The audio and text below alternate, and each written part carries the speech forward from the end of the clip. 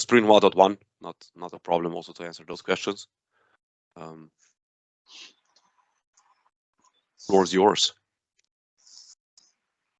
Yeah, from my point of view, as I said last time, unfortunately, my main program of this is at a wedding in India, but hopefully we'll be back in another week and we can start looking at things. And I'll get them into the GitHub so he can start producing all the stuff. Perfect. Yeah, perfect. Just yeah. So the folders, the folder, just make a new folder here in code. So in the files, there are already quite many folders. Just make a new one. Call it probably 12D, and put in files and open a pull request. So we already have, I think, 3 different submissions for Sprint 1.2. They were quite early. I think you, John, you've put in something, right? Not 1.2 yet. I was actually working on it just before this meeting, but I haven't quite got it there. It's still the it's still the 1.1, but I also plan to sort of provide each of the 3 a test file for each of the 3 scenarios. georeferencings, scenarios. Yeah. Perfect. Thank you. Yeah, but Beaver control produced one. That's really a, let's say, a minimalistic, but it suffices the checks. So it passes the check. Everything's there. Classification, for example. What else are we checking? The projected CRS with a web conversion. That is, I mean, I find it. Quick question there, though. Yes. I mean, what is that case? Is that where now you should be using the rigid operation? So you have 3 scenarios, Lee. Yeah. Let me perhaps point you to. So Sprint 1.2 has quite some more documentation now as it was before, and it says there are 3 scenarios. What is the scenario A, that you have a map conversion with a projected CRS? What is that you have a rigid operation with a geographic CRS? And what is that you have a rigid operation with a projected CRS? Combination. Yep, right, yeah. Yep, when we get onto those, thanks. And as far as I've seen, most of the submissions were currently georeferencing A, which is the one that's also present in IfcTunnel 4. But yeah, so John, if you put forward additional files, that would be awesome. I can ask a question. This is, like many topics, one that I know enough to be dangerous, but certainly not an expert in. So Lee, it might be Lee or someone that answers this one. But so if you have like a geographic CRS, is the EPSG code going to be the same as if it's like a projected CRS? No. No, they're different, are they? Yeah. Right. So that's the thing that you know, that would already be really interpretation of the data. The checker is just not at that. Yeah. No, yet. Sure. But yes, the EPSG of the projected CRS should point to a projected coordinate reference system that's denoted by that EPSG code, and in the same manner, the geographic CRS should point to something that's a geographic CRS. Yeah. Okay. Yeah, that's good to know. I'm not an expert in all the different coordinate systems, but I wasn't sure about that, and so I'll have to have a quick look just about looking up the right one then for my. I think it's good, like you did, Stefan, to actually have a real, like eastings and northings are a real latitude and longitude, so that I know that the automated checker can't validate whether it's the right spot, but I think it's good for the implementers to share these files and then have their site actually appear in other implementers' software, if possible, just to actually properly test that these concepts are understood. I can't remember, Lars, you also had, I think, in your examples, I think you had, And I must admit, I was quickly going to go back and test yours. I hadn't done yours yet, but I'd started with Stefan's, and at least I got a point on the island in Lake Bled or at the University of Munich. So I'm very happy today. As I saw your screenshots, I was like, thank God.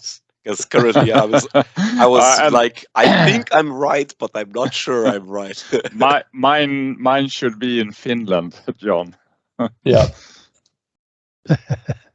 And if So John, you let's provide see. something that's in Australia, that would be awesome. Then we have Well, like that- really something that's that- far away. Well, this is it. So I actually have picked Yeah. an intersection and we have an old rail alignment, which is now a bike and walking trail. So that's the example I'm going to put in to see if people can find near where I live. So Awesome. that I'll try and read it in and see what I interpret from it. But just a good rule of thumb is if something says UTM or Gauss-Kruger or something like that, then it's a projected CRS. okay, Then it's definitely not a geographic CRS anymore. yeah. I'll look it up. I don't know. Also, I guess I was starting to look at the well-known text that comes up on the coordinate systems in the in Civil 3D. So I was just going to see whether it actually told me what the right geographic one is as well. So exactly, and I've also provided one with the well-known text, which is, I believe, the georeference is A scaled. That has a definition of a CRS using a well-known text. And here you can see that there's a compound coordinate reference system that's based on a projected and a height vertical, so it's a combination of two. And it then is based on a geographic CRS. That's okay, yeah. DBREF in this case, which from German Railways. And it's based then on an ellipsoid, which is Basel, which is from 1841. Nearing its 200 years of existence. Amazing, yeah. Nothing wrong at the time. That was already very, very precise. Correct. And just out of curiosity, if I may, Lee or John, what's the kind of projection method that is being used to cover Australia? Is that a UTM kind, or is that yeah, conic? the standard now is a UTM. A UTM? One So- UTM only, or several to cover the continent? No, we go from 53 to 57. Okay. So it's quite a few of them, Mm. which for us sometimes runs into problems about what happens if you're between two Of course, yes. things, and Yeah. sometimes then they'll put in a false one for the project, like you did for the tunnel. Mhm. But no, it's pretty well standardized now that we've gone to just using the UTMs. Okay. And our recent one, the model of the Earth, is at epoch 2020, so where everything was at the 1st of January 2020. That's come in over the last few years. All right. Okay. And are all the, let's say, municipalities or the public authorities are all updating their databases to 2020? I have to. Yeah. Let's see. Mm. Yeah, I mean, GPS forced it because everyone can go out and get a GPS coordinate, but you had to do really weird things then to get the bezel or something else like that. Yeah, in France, we use conic projections. But it's still, though they would still probably now use the 84 model of the Earth, so it'd be used a mass-centered, which is the main thing. That's the 1880. What's the one? I forgot the name. WGS 84 or ITS 84 or something or other. But yeah, the Earth-centered one, because the original ones like bezel and that would have been not an Earth-centered ellipsoid. And when we went from our non-Earth-centered, our localized one, to our Earth-centered, everything moved by 300 meters. So if you got it wrong, you're really screwed. That's a huge shift. It was. And it's a problem, though. Our last one from 94 to 2020 is only about 1.8 meters. So that's worse, because you really can see, you could get the data and not realize 1.8 meters is not that much out. Yeah. You just neglect that and say, oh, there was some calculation error. But not too good if you're driving down a road using your GPS and your 1.8's on the other side of the road. One question on that: when you have the case, which I've never had, when you have the case where everything's already in, say, your map projection, so your IFC projected CRS defines everything, do you then have to have a rigid or a IFC map conversion? Can you leave those out? You cannot leave those out. Those are So they're the compulsory. coordinate operations that connect the projected CRS to the geometric context. So you need that link in between. Right. Yeah. So, like, because if they're doing nothing, they're just saying there is no. Yeah. You should have them then with zeros if they're doing nothing, but you have to have them. You have to have that connection in the data model itself. They do something all the time. They define the transformation. So if you're transforming the coordinates, you know whether or not you're supposed to transform or you're not supposed to transform. So rigid just moves, of course. Yes. And if it's rigid 0, 0, 0, then of course it pretty much doesn't do anything. Exactly. But you can't leave that out. It has to be there. Exactly. So, yep. That's all. That's a question.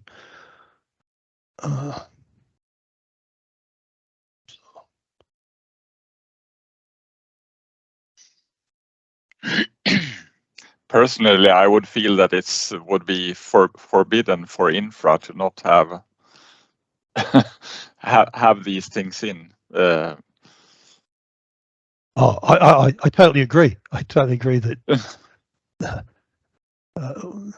I would say even not necessarily just for infra. Anything should be placed somewhere on Earth because but there are EPSG codes for Mars as well. So you have that covered already.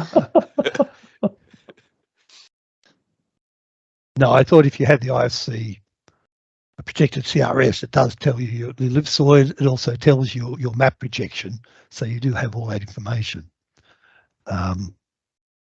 It just defines the coordinate reference system. Yes, that is defined, but it doesn't define where within it you are residing.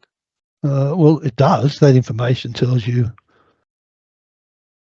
The fact that you have to have a zero rigid operation is not telling you any more. Yeah, I stand corrected.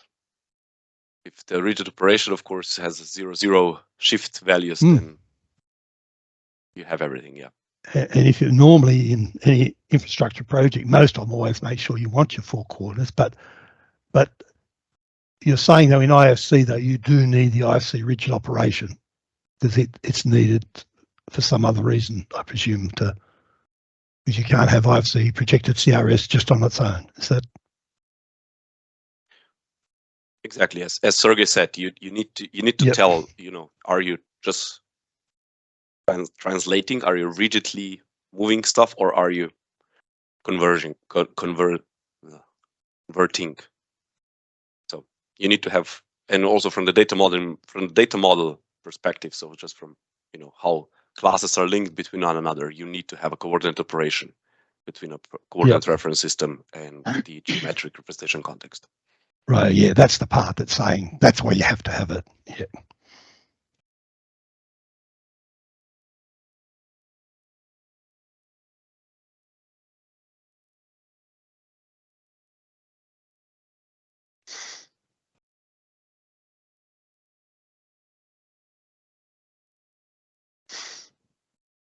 Any other questions, concerns?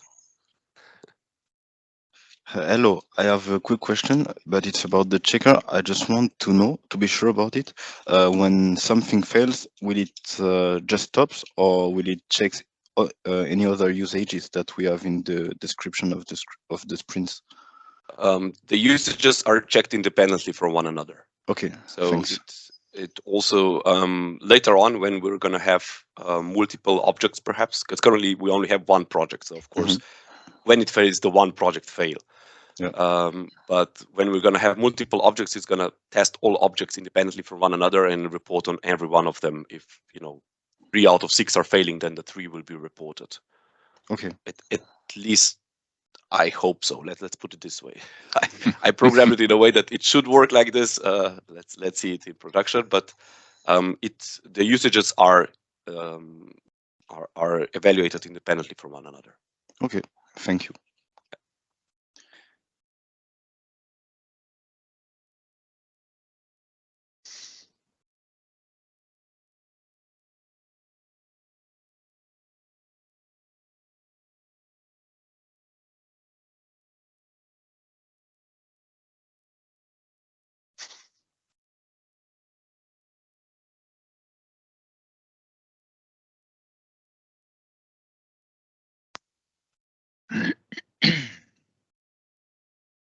If there's nothing else, we can also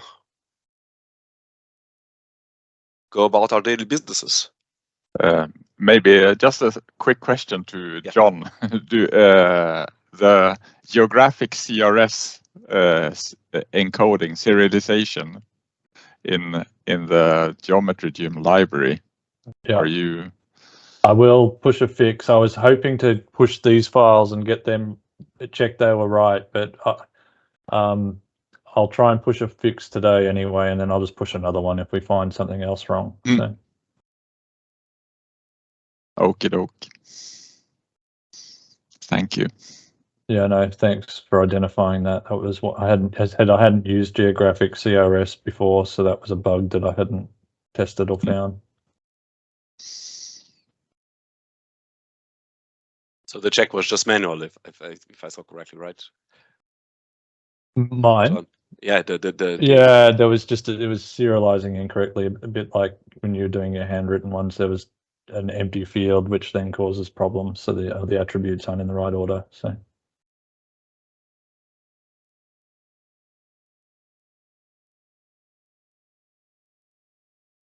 But yeah, so hopefully I'll submit some test files, and it'd be interesting, Stefan, if you and Lee or anyone else can position them in the right spot. So I'll try and do that, push them as well as soon as possible.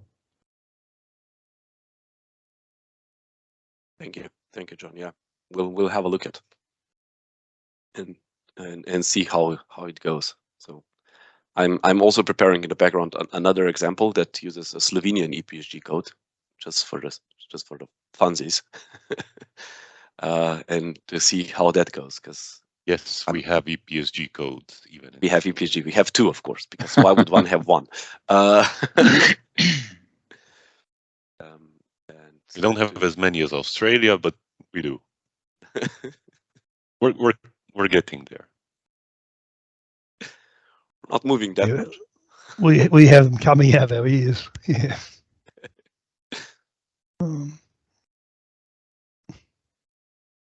Any other business? Any other questions? Our next horror for you is we're going on to moving towards a dynamic datum, where all your data can come from different epochs. And then you have to move it all. It's horrible stuff. A lot of calculations. At least it sounds like that. Yeah, a lot of extra stuff you have to hold in your data. But well, hopefully in a few weeks' time, then we will start putting some stuff in for you.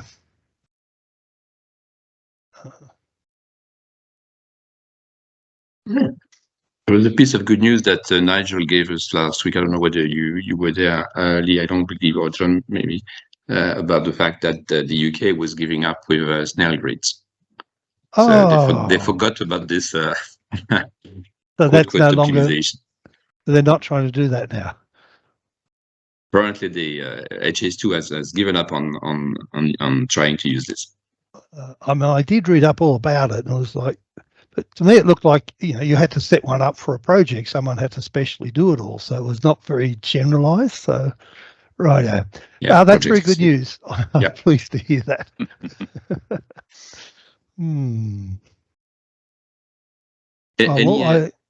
Please, sorry. Oh, no, I was going to say, yeah, I look forward to seeing you all next week. Then, if there's nothing more. If nothing more, no other pieces of advice that we can provide our friends. Sergey, Lars, Stefan. Who's going to Rome? Unfortunately, I won't be there. I can't get there. So is everyone else going to Rome? Several members of our team are. Are you going, John? No, unfortunately, it's yeah. I might try and go to the second summit later in the year if I get half a chance, Yep. but I can't make this one. Yeah, because where's the next one? It's in Oslo Norway or was close Oslo. to. Yes. right. Is that in Norway. September, October? I think it's mid of September. Mid of September. Yeah, I'll put that down. So yeah, hopefully I'll try and get that one. So we have a session in Rome, specific dedicated session for this project in Rome. I forgot when, but yeah, I must admit I haven't paid my money yet to be online, but I will do so. I think there's exactly that's what I want to say. I think online participation is possible. So if it's in the morning, probably you guys could also partake. Yes, but for I got that, a ticket for that already. Oh, you have a ticket for that, Sergey. Oh, good man. For that, I will certainly try and wake up, even if it's the middle of the night. So let's see how the schedule is. I had a quick question to Guillaume. Just wondering whether, as 3D, are you using an external library like the ones produced by Geometry Prgm, ODA, or RDF, or are you using your own libraries? So I would not be too sure about the answer, as I've just arrived in the company. I've been there for 2 months, but I think in some parts of the code we are using ODA. But other than that, I would not be too sure about my answer about the main library that we are using. So maybe it's our own, and to some extent we might be using ODA. Okay. So you've just joined. Okay. Yeah. Very good choice on your part. Very good idea. Thanks.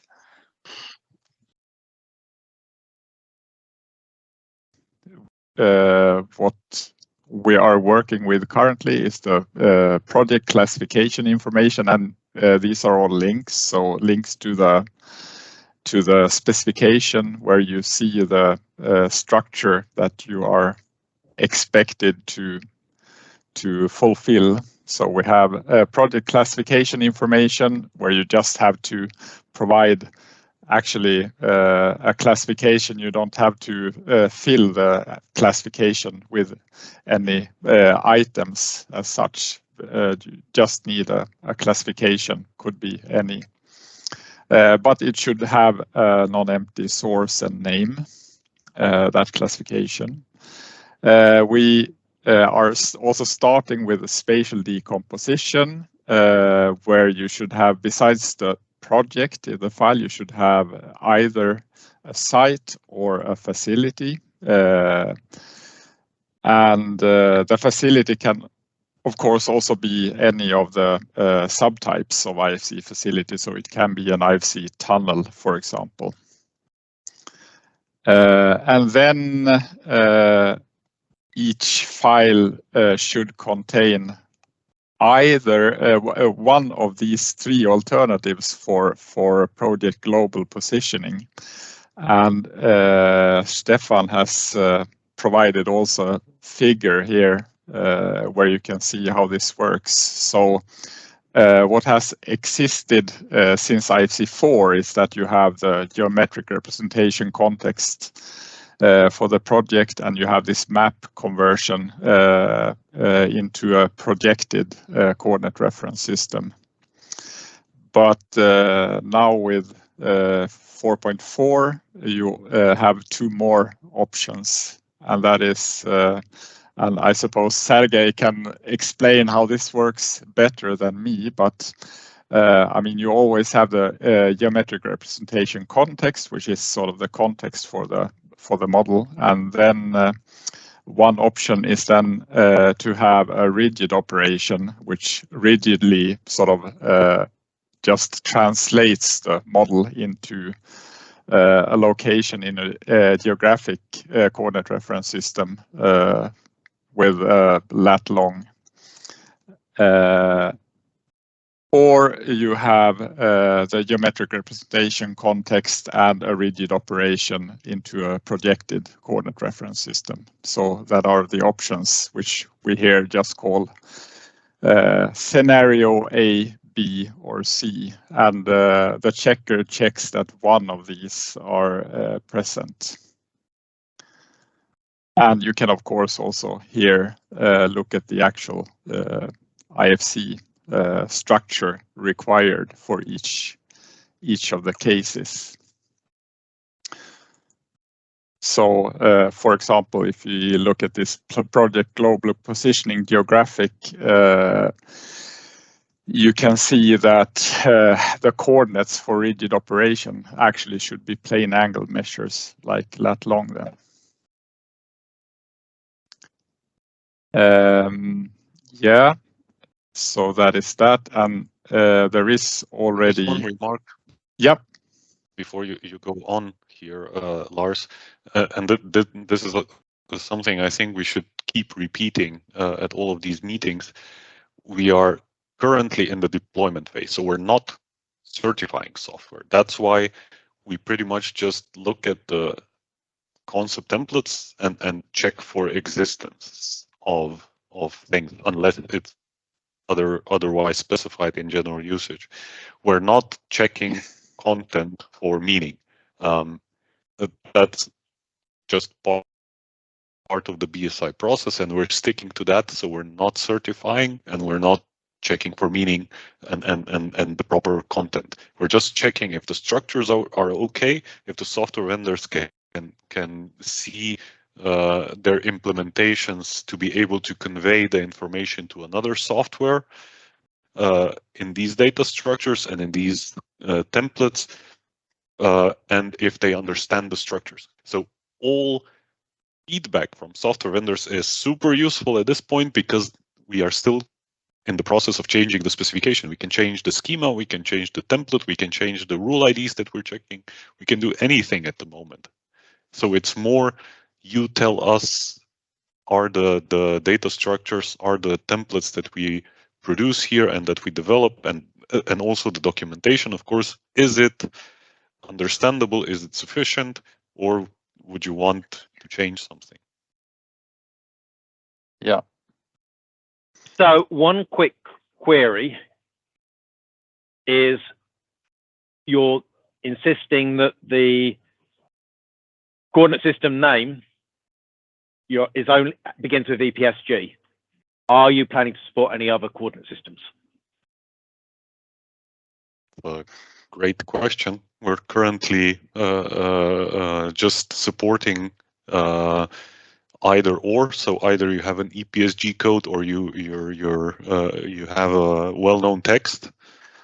But if you have So the name, it's pretty much EPSG, or others are also allowed. Other codes are also allowed, but currently the documentation pretty much kind of says EPSG. I mean, I think it says actually other codes are also allowed, as a matter of fact, but let me just check on that. So that I don't talk nonsense. Just a second, I will be right back. Nigel, were you referring to project-specific projection system or coordinate system, or were you looking at a particular code? So my understanding is that IFC4X3 already supports several other non-EPSG coordinate systems.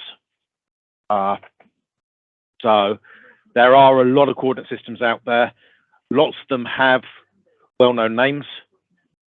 We also have project level ones, but that should be usually is just scaling factors and a moved datum, which I think we can already handle. But it is whether or not we can. We should be checking for other coordinate systems. We have added the ability to handle this lat long geographic representation, and I haven't got a build yet, but I'm going to play with it probably next week because I'm taking tomorrow off work. So. Okay, great. But EPSG is more European centric. Mm-hmm. Exactly, and let me give you the outtake from the documentation. Currently, really says that name can only reference EPSG. It doesn't say anything other than that. Oh, you have it open. Yeah.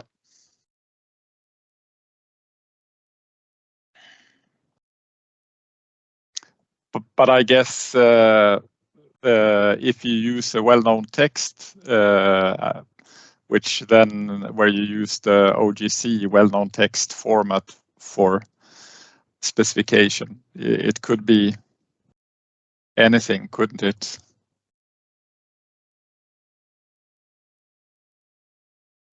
Yeah. The problem is that it doesn't really say that other databases are allowed other than EPSG, and there are quite a few of them. Yeah. We should probably amend this this name, because why not? I don't see a reason why you wouldn't be able to reference other databases. I mean, the important thing should be that it's recognizable by which is the well-known names. Yeah.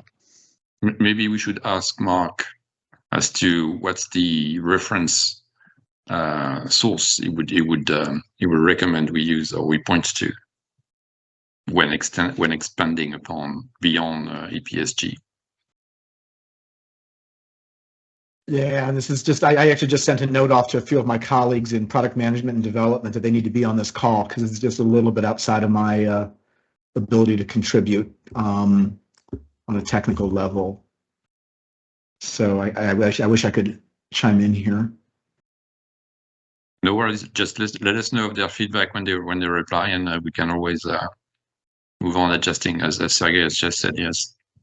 I mean, do you want to give me a way to phrase this question to these folks? Maybe I can get an answer in shorter than the next meeting. Okay. Do you want to express what are you seeking?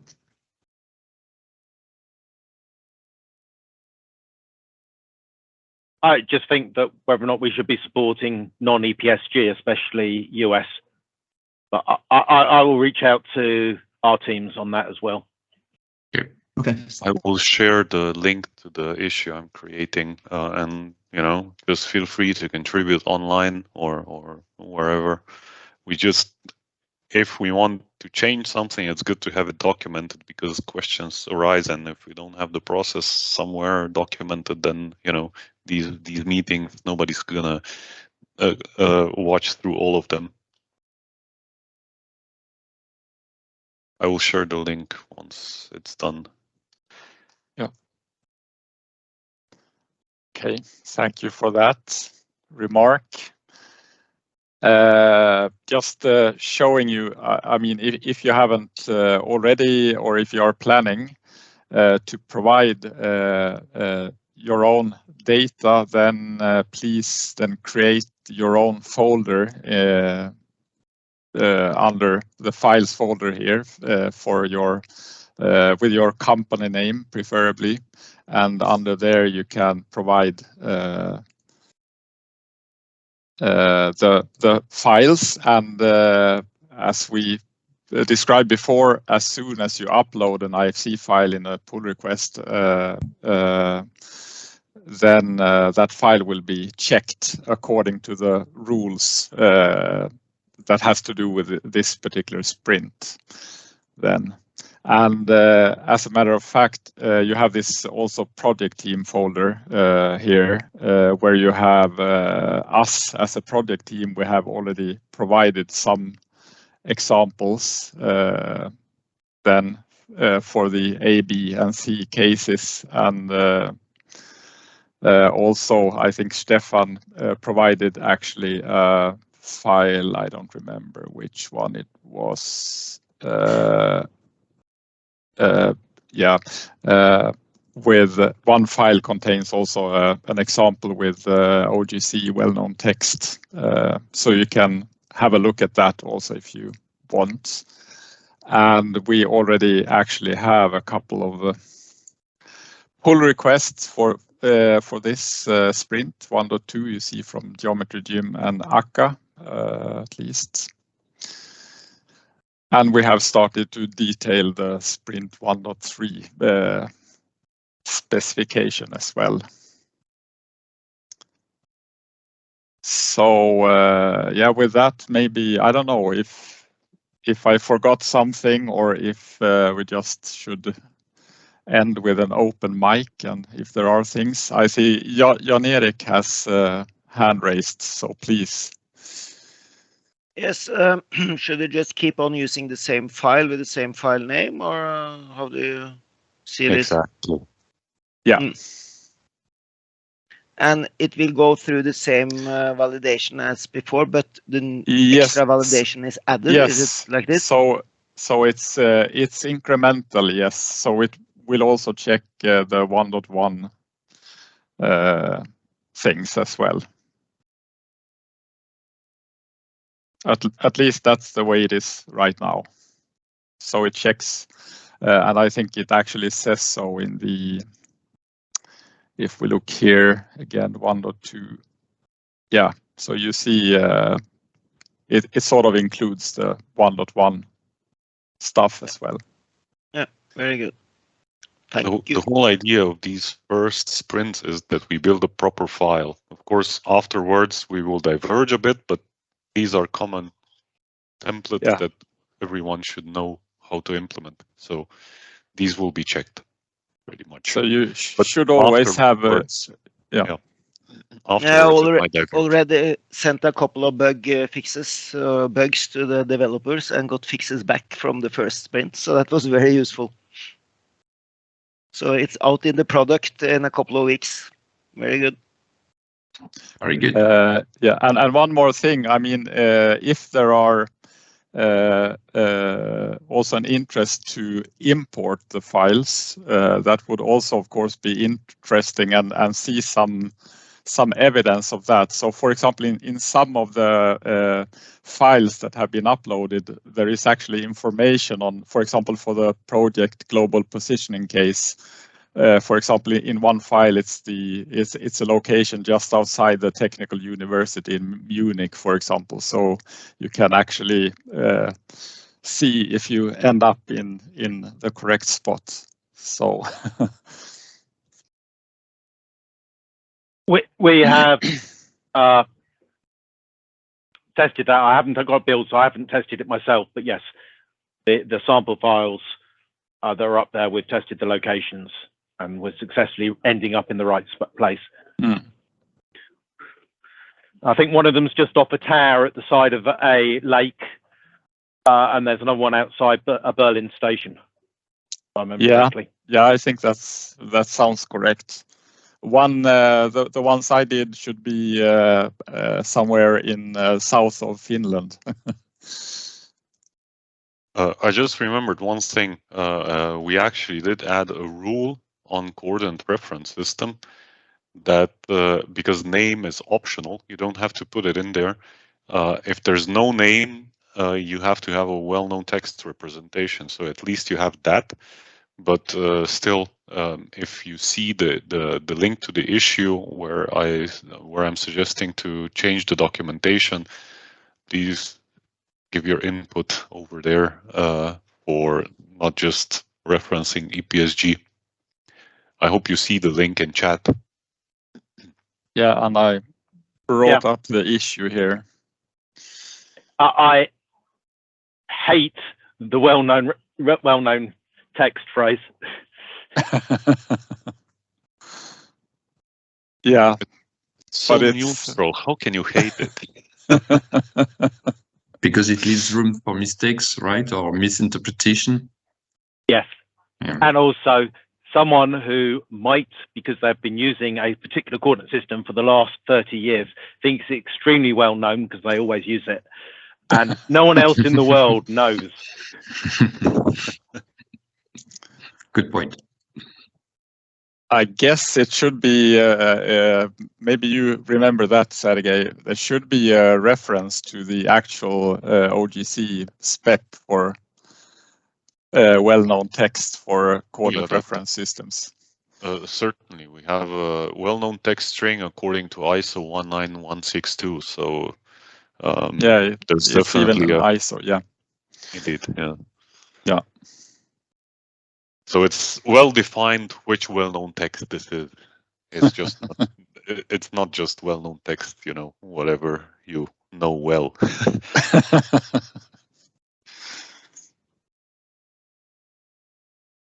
Okay, so any other issues in particular? I have one issue, and it's more to make life easier for software to inform users about which build. You've added to the end of the schema name a GitHub hash. Thank you very much. That makes everything unique. Brilliant. The issue I have is, could we also have a date? Not necessarily on the schema, but okay, a date that is defined. So a second line in the schema. So you've got schema, IFC4x4 underscore dev underscore and the git and the hash. Can we have an IFC schema date line, please? That has the date it was created. The reason for that is software cannot identify from a GitHub hash. If I'm using hash ABCD and I have a file that has hash 1246, I do not know if that is before or after the version of IFC that I'm using. All I know is it's not the same version. Yeah. So having a date also in the name of don't think it should be in the name. I don't want to see a GitHub hash and then a date. I'd rather have a schema date in the schema definition file, and then perhaps when we write an IFC out, we do the GitHub hash and we write out the date. Just means that software can then come up with sensible messages. The date is actually in the schema. So if you go to an action, Lars. Yeah. Oh, you're not in the right repo. Oh, I'm in the wrong. Yeah. Then let me take. Yeah, let me take over the screen from you for a second. Sure. So, as a matter of fact, each schema also has a date inside in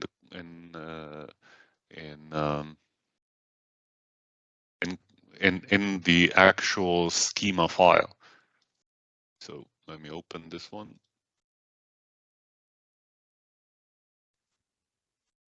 It has in the header or in the initial. Yeah, it's in the header. That's comment. The problem. In the initial comment, it's got a date, but that's not machine readable. We skip comments. Okay. I don't know how to encode it otherwise, because it's not an object. It's not a specification. It's not nowhere to. I would have to read the express if this can be encoded somehow. Would it be possible to somehow maybe violate something in the header of the actual files or something? I don't know. Just that's an area I think would be an additional improvement. The hash on the end is extremely useful. It means that we definitely know it was built from the right schema. But the issue I've got is, of course, giving sensible messages from users to users. I have to check the documentation on part 11 if this can be encoded into an express schema somewhere. I'm really not sure that this is allowed somewhere. Because at the moment, the solution for me would be to quite literally do a GitHub push request using the GitHub API and getting the commit date of that hash, which seems a bit of overkill every time I hit this problem of having two mismatched schemas. So schema from the software I'm running. I completely agree there, but I'm not sure that I can make a valid schema with a date inside. No. I have to check part 11 if this can be done. I have it open as a matter of fact, but it's not a short document. Would it be possible to for you when you generate the schema, you take the commit hash, but would it be possible to just replace that with a date instead? Would that be a possibility? I mean, in the schema name at this stage.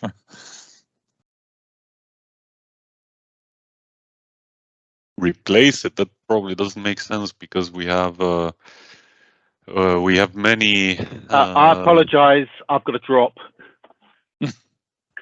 We have this one on Okay, Nigel. 2 days ago, and this one 2 days ago. That would just make it confusing. Yeah. Okay. Yeah. If So anything, it should be added here. yeah, that would make sense. But worst case scenario? You could have a date time then.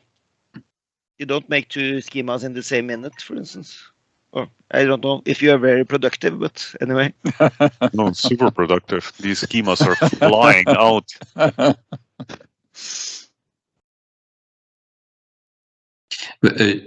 Sergey, worst case scenario, would that be a problem to add to the hash number, the date in question?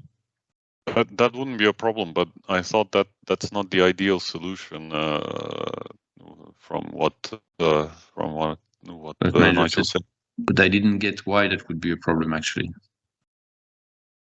I didn't understand that completely either, but unfortunately he had to drop. We'll ask next time. But this wouldn't be a huge problem to have something like a ISO date. Maybe not ISO date because minuses are not allowed in identifiers, but something like year. I mean, just year, month, day, hour, minute, without any. It's of course more informative than just a random hash number.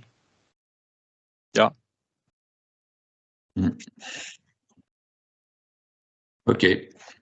I mean, and then you would see it both in the schema and the provided files as well. And certainly add that, of course. I mean, this I think is enough because the hash already gives you the uniqueness, and this is just metadata. So I wouldn't really go for hours. I mean, for the entire ISO date, I would leave it at year, month, day. That's good enough. But I can do this, of course. This is not a problem. Maybe we can ask Lee and Artemis if they have an opinion on this.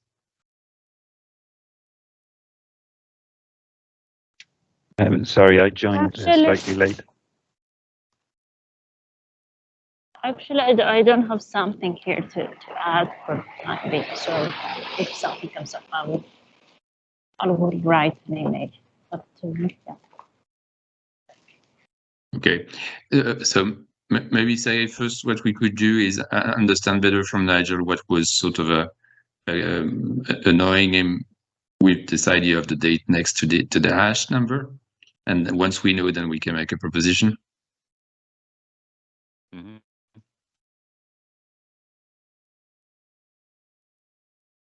And until then, we leave that as an open item, but not needing to address it. What is cool is when you have the date time in the schema, you can see in the produced IFC file how many minutes, days it takes from making a new schema until you have made a new IFC file. You can see how productive you are. Have some statistics on that, and then we should track every software vendor. Then we would know which one is the most responsive. Yeah, exactly. Publish the date. the data in the end. In Rome. That would be pressure. And Norway next after the summer. Yeah, summits. That will be awesome statistics. I'm not sure if we're up for it. Oh. And I guess Trimble will not be on the first place there, I'm afraid. But anyway.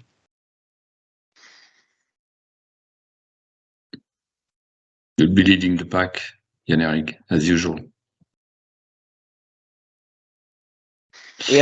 We was the company with the most tries in the first sprint, wasn't it? Most That's pull another requests. statistic. Most failed pull requests. Yeah, it has to be someone, you know. Yes.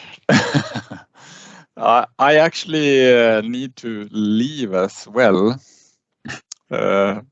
So maybe just ask whether anyone would have any other questions next to the ones we have addressed so far. Yeah.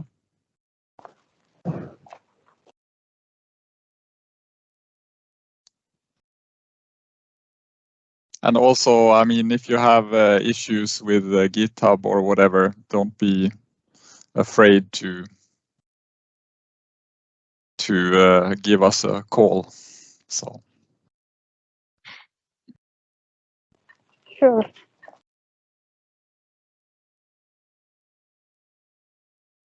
Okay. Yep. Sergey, is there any other piece of advice you'd like to provide to the team here before we adjourn? Not this time. Okay. Well, looks like global positioning is an easier matter than what we had thought initially. So that's good news. Let's see whether we get into the matter again next week. But yeah, so we can stop here and leave you some extra free time to carry on with development. It's either that, Michel, or we are very good at explaining stuff. Exactly. Go for this one. Prefer that. At least it's both. I will say this is super structured approach. At least I would say very good. Thanks, Erik. Thanks for the feedback. And good explanation as well, of course, but very, very well structured. Thank you. Yeah, thanks for the team. Good. Lars, we leave you go. We stop here. Yeah. And then thank you, and have a good evening. Good evening, everyone. We speak with each other next week. Bye-bye. Cheers. Bye-bye. Bye-bye. Bye.